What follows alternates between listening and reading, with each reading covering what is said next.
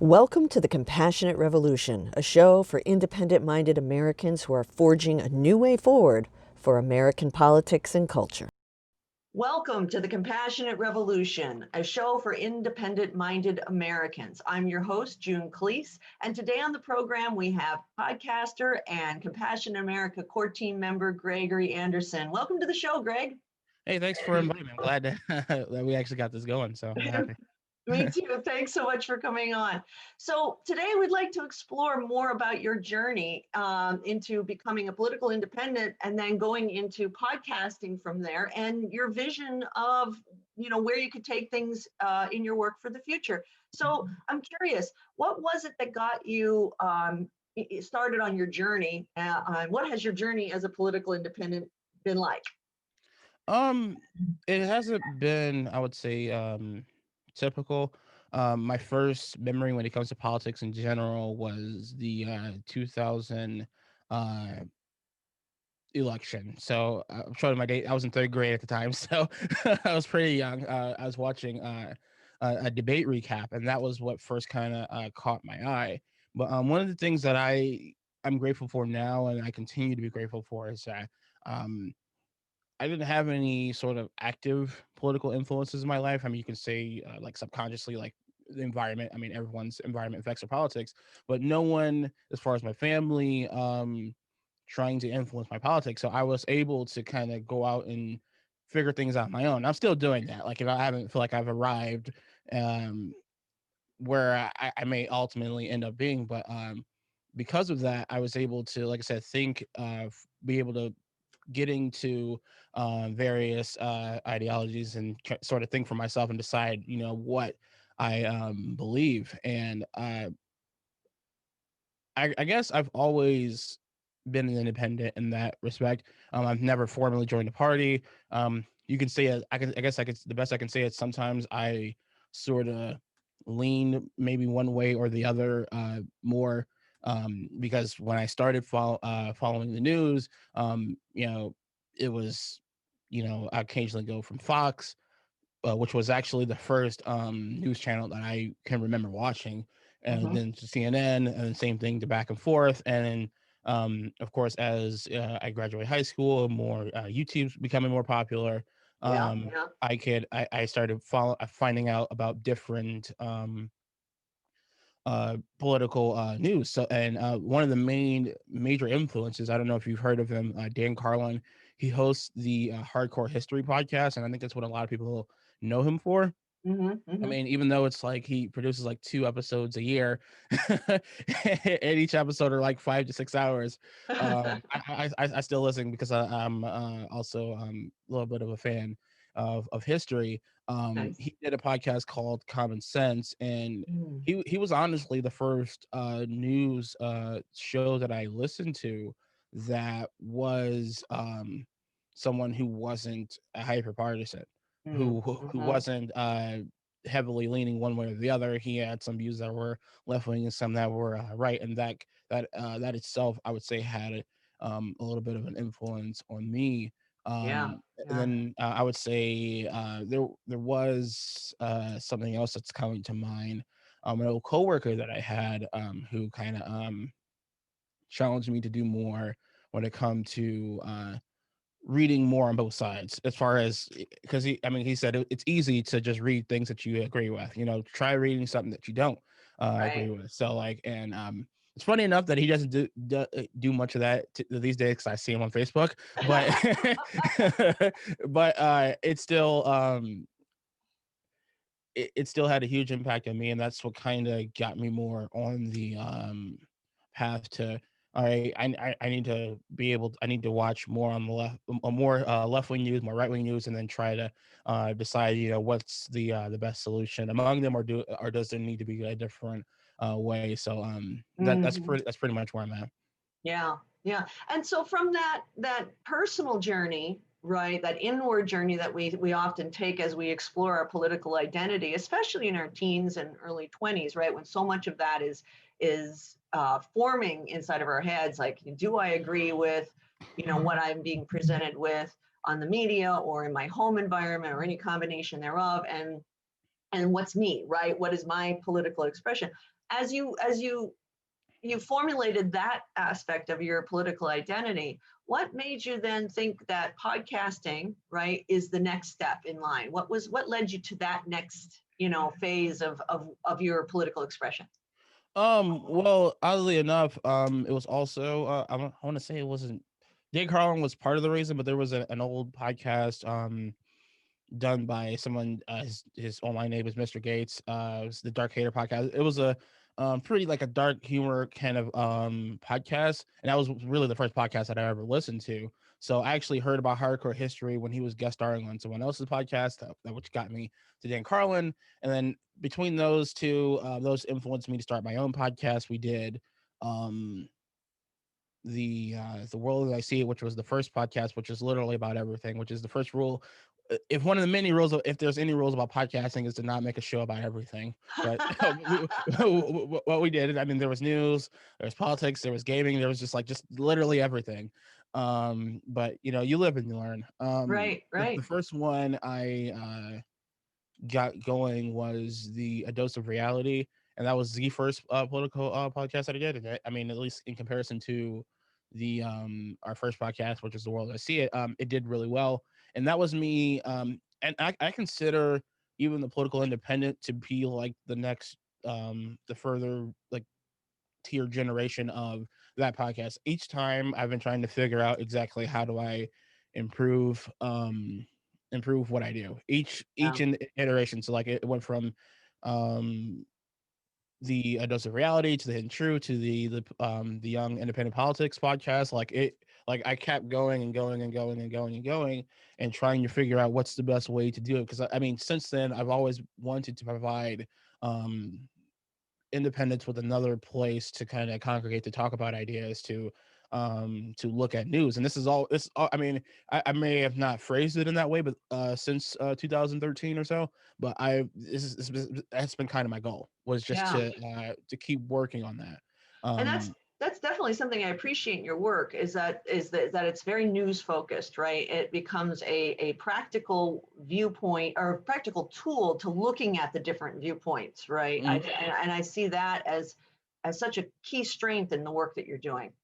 Yeah, I appreciate that, and I think that's one of the things that that we need, at least amongst the electorate, is just changing how we look at news. And I talked about things that I want to be associated with independence, like being consistent, and like if value consistent, like if something Mhm. bothers you from, if Trump did something that bothers you, but then say something about it. But if Biden also does that same thing, then you'd want to be able to fairly criticize that as well. So I think Yeah, that's necessary. And then we talk about being able to show compassion for other Americans for their situations. I mean, one of the best ways you can do that is learning more about what's going on, getting different viewpoints about the same story. right. So because I would like to know how like if I'm talking to someone who's more of a progressive, I would like to know how to where they're coming from, what talking points they're using, so that way I could be able to meet them where they are and try to find some potentially find some middle ground. Same thing if I'm listening to someone who's more of like a corporate Republican, or someone who I want to say far right but more hyper partisan Right. on the right. Like I would have to, I need to know uh, what shows are they listening to. I need to know what are they reading. And Yeah. I think that's so important. And I think, I mean, I've been trying to figure out how do we best provide that to people who don't have the time to go through all of those things. What's the best way to make that easier to close that to sort of close that gap? I know you've been working on uh civil like education as far as politics goes and stuff like that. So I've been thinking about that myself since for years. And Mhm. that's what kind of goes into the work for the podcast itself.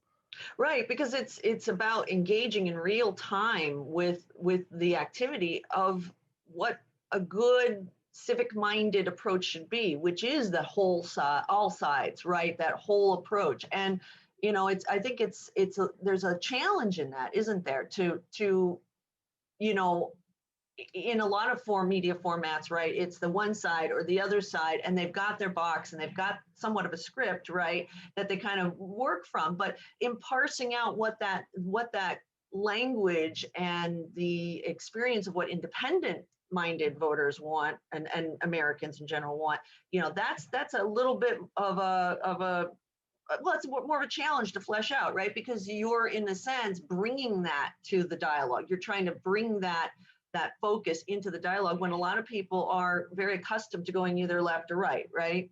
I don't know if I went Yeah, the right way with that, but yeah, exactly. And I mean, it's that type of thing that gets some people to stay out of politics. Like, I know a lot of people are frustrated that there's always millions or hundreds of millions of people that don't engage into politics or vote in each election. It's like I think we also need to work on, just the electorate itself as far as becoming less polarized and being able to talk to one another.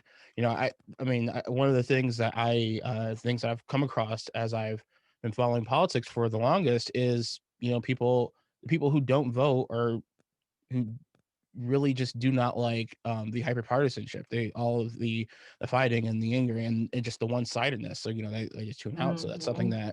that we need to work on Yeah. as a group. Absolutely. And I see that the political independent and the work that you're doing is there to empower people who may feel, I think, like less empowered because of that dynamic, right? Because it's so overwhelming, because it's so vitriolic. How do you feel a sense of empowerment when, in terms of being able to parse your own political views, when you got a lot of what's out there is barking at you, right? Hmm. It's an intensity. Whereas a show like yours breaks it down, and it becomes digestible, right, for folks like you said, especially with when to do that on your own, the time involved, right? The time involved. Yeah. I mean, yeah, there's never, I mean, there's never going to be enough time in the day to go through that. And honestly, it's like I wish that, media itself, that it wasn't, I didn't have to. Right. I wish we didn't have to go to 1,000 different sites. But I mean, I like I will say I like the freedom. I like that people have that ability to express um their point of view. I wish more people were open about, their biases. Like, I know a lot of people dislike Ben Shapiro, who's on the right, but he one of the things that I appreciate about his site is that they say they're openly partisan to the right. So I already know to expect that it's going to be heavily biased. I'm already Right. going there taking everything that he says with a grain of salt. And But I shouldn't have to. Like, to me, like, I also dislike the fact that there's multiple different fact checkers. There should be only one. Like, I mean, maybe different websites, but like there shouldn't be left wing fact checkers and right wing fact checkers. So basically, it's still just partisan nonsense. And Right. Right. yeah, It's I yeah. just like, that was one of the things that I looked into this year that I haven't really thought about. It's like, oh wow, so there's people on the right who fact check and people on the left that fact check. Well, really, I mean, there's really only one fact and like one truth. So it's like, we shouldn't need this, but Right. um, so how Right. so It again just so goes to show the depth of the division when your fact checkers are even that divided, right? Yeah, yeah, to me it's funny, but also sad, and it's like I can't get over that. So, Yeah.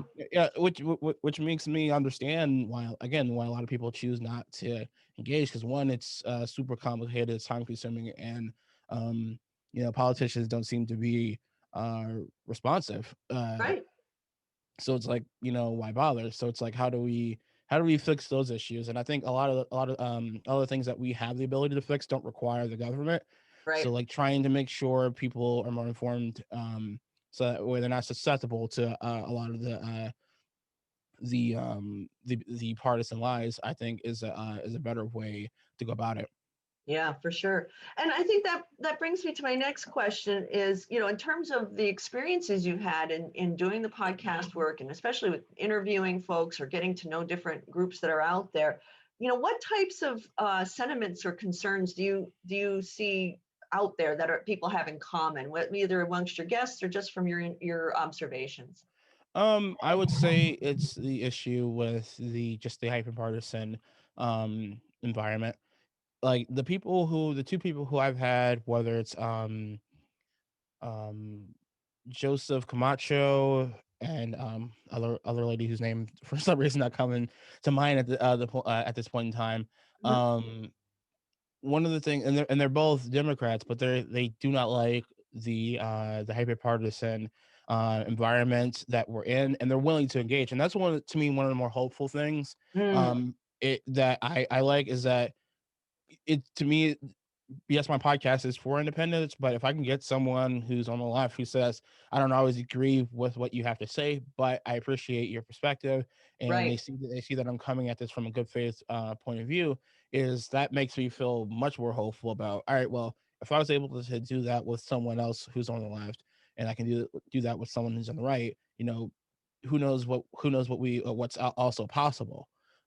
So I could it shows that it is possible to sort of bridge this gap and bring people together. So that's one of the main things, is just the dislike from the, like I said, not only from independents to people who don't engage in politics at all, but the people who I've talked to, they um don't like what we have now. And to me, that's the most pressing thing, because being able to fix the however we're going to do it is to bring more people together. It's going to make getting things solved, like healthcare, a little bit easier. It's going to make things, whether you agree with our role um across the world, our foreign policy, it's going to make trying to find solutions a little bit easier. So that, to Uh, me, is what keeps me involved. Not too many specific issues in politics, because I'm here to be honest. I mean,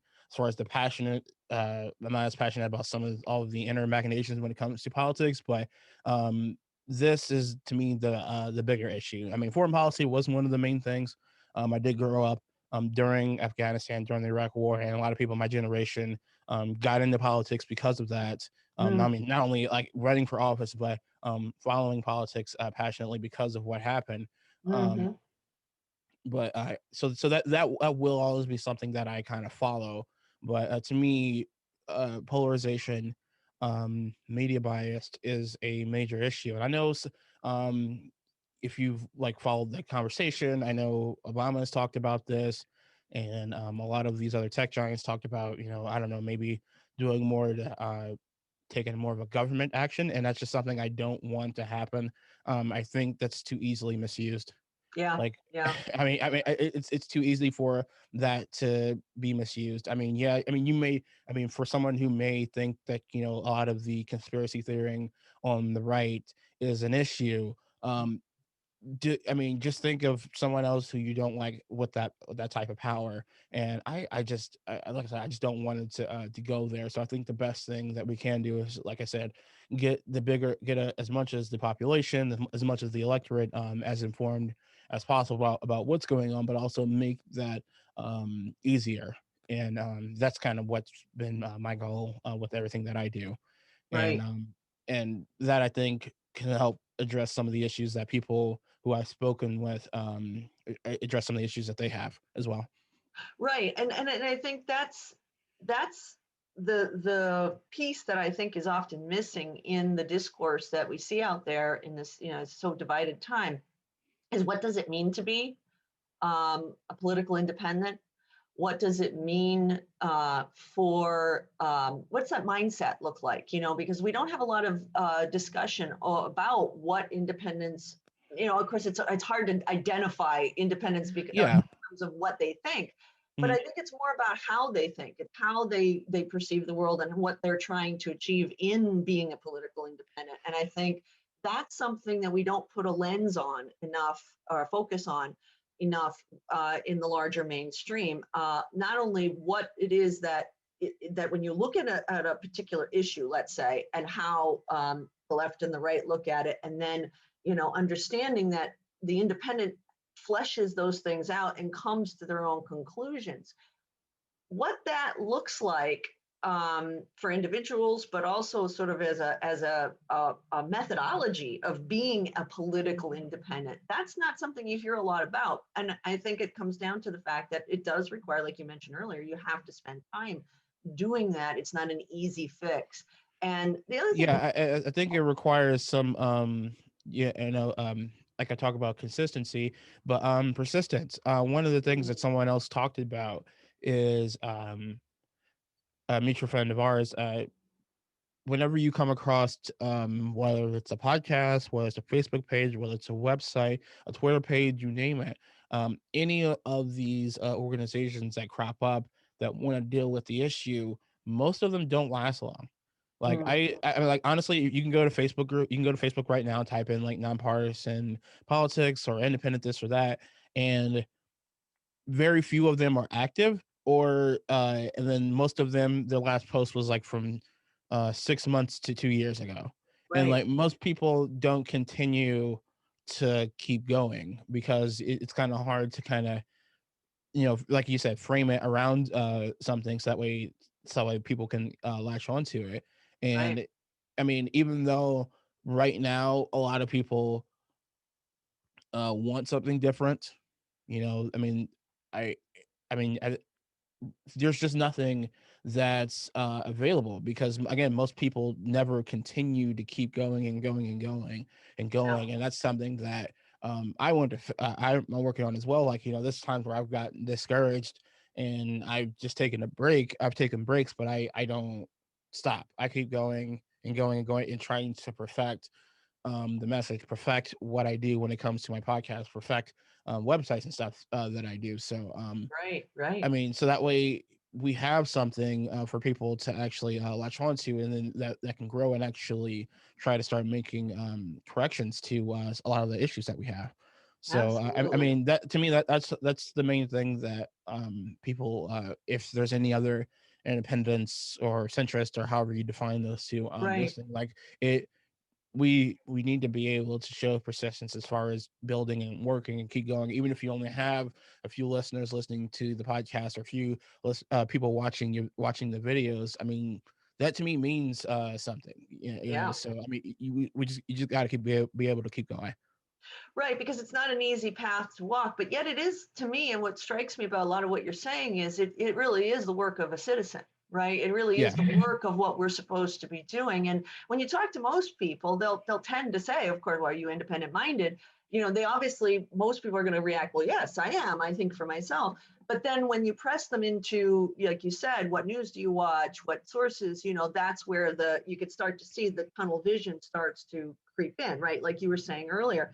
And I think that it's not that obviously you can't be a good citizen and hold strong partisan views. That's not what we're saying. But Yeah. that the work of being a citizen, I think, is the work of the methodology of the independent, right? The one who sits down, parses it out, and that because that is a different style of work than what you see when you go to the extremes, left or right, especially the extremes. I think that's where, like you said, that persistence is going to be critical because it's about a process. I think being an independent is often more about process than I'm this and this is sort of the product I am, right? Mhm. I'm always in process. I'm always evolving. I'm always thinking about these issues. And to me, that's the mark of a responsible citizen too, right? Yeah. I mean, just being able to parse out, what is correct and what isn't, and like I said, it's being it. We just need to have that more amongst the independents, and I always think, what if some of all those Facebook pages, all those Twitter pages, what if they just kept going, kept connecting together, kept moving and towards one direction as far as trying to make change. We may have something different, and honestly, that's like I said, that's what I think is missing, because if say if we had gotten together, like say if I ran into you maybe 2013 or 2014, we might have had something already, or maybe some of these other websites may have had something um uh viable that would have been able to get more attention, so that way we could start getting more like political I mean politicians rather, to say that they agree with some of the stuff that I talk about and stuff like that. Hmm. So Hmm. um it's all about just trying to, like I said, continue, persist, and make sure that we're honestly that we're just available, because I mean a lot of people, I mean, when it Hmm. comes to why they follow people strongly on, I mean, like the left and the right, they have their strong views on certain things, and I know a lot of people strongly dislike partisanship. So it's like, how do we combined around that to build an independent movement, to also, like I said, um, to have that other platform, rather, if that makes sense. Yeah, it does. And that's where that key word I think comes in, that we have to keep persisting. And Greg, I'd like to thank you for your work on that front and the fact that you've been so persistent for this larger civic good. So thank you so much for being with us today, Greg. Is there anything else you'd like to add about where you're going in the future with your plans before we wrap up? Um, my podcast, which I'm not sure when this will release, but my podcast for season 2 for the Political Independent will be out January 4th. That's Monday. The release schedule will be Monday and Wednesday. Um, the Nonpartisan Observer, which is a new site which I'm starting, will be out sometime in February. Is the goal for release of that, but we'll talk about that as it gets closer. But that's always been Sounds one of the great. pieces to the puzzle. We've talked about on the podcast how I want to be able to cover a certain issue from multiple perspectives. I just want on the website, it's going to be more of a long form of that. But like I said, there'll be more Perfect. details as it gets closer. Well, great. We'll look forward to having you back on to share more about that then. I appreciate it. Thank you. Thank you so much, Greg. Thank you for watching The Compassionate Revolution on the Compassionate America Network on YouTube. We're glad you stopped by. Do you know of individuals or organizations we should highlight on one of our programs? Please email us at compassamerica76@gmail.com. Thank you.